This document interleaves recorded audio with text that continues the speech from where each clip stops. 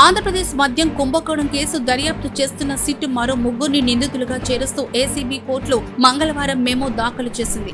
ఈ కేసులో ఇప్పటికే రాజు కేశిరెడ్డి, ఎంపీ పెద్దిరెడ్డి మిథున్ రెడ్డి, మాజీ ఎంపీ విజయసాయిరెడ్డి తదితరులను నిందితులుగా పేర్కొన్న సిట్ తాజాగా ఆ జాబితాలో జగన్ హయాంలో పీఎంఓ కార్యదర్శిగా పనిచేసిన ధనుంజయ రెడ్డి, జగన్ ఓఎస్డీ కృష్ణమోహన్ రెడ్డి, భారతీ సిమెంట్స్ పూర్తి కాలపు డైరెక్టర్ గోవిందప్ప బాలాజీలను చేర్చింది. జగన్ హయాంలో దాదాపు 2,600 కోట్ల రూపాయల కుంభకోణం ప్రత్యేక దర్యాప్తు బృందం దర్యాప్తు చేస్తున్న సంగతి విదితమే. ఈ కేసులో తాజాగా ముగ్గురిని చేర్చడంతో నిందితుల సంఖ్య 33కి పెరిగింది.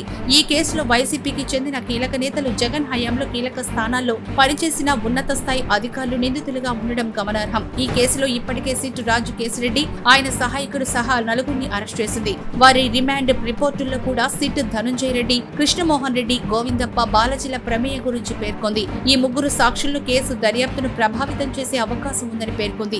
ఈ కేసులో అరెస్టు చేయకుండా ముందస్తు బెయిల్ మంజూరు చేయాలంటూ ధనుంజయ రెడ్డి, కృష్ణమోహన్ రెడ్డి, గోవిందప్ప, బాలాజీ కోర్టులను ఆశ్రయించినప్పటికీ అక్కడ వారికి చుక్క ఎదురైంది. సుప్రీంకోర్టు అయితే చట్ట ప్రకారం వారికి అరెస్టు చేయొచ్చని పేర్కొంది.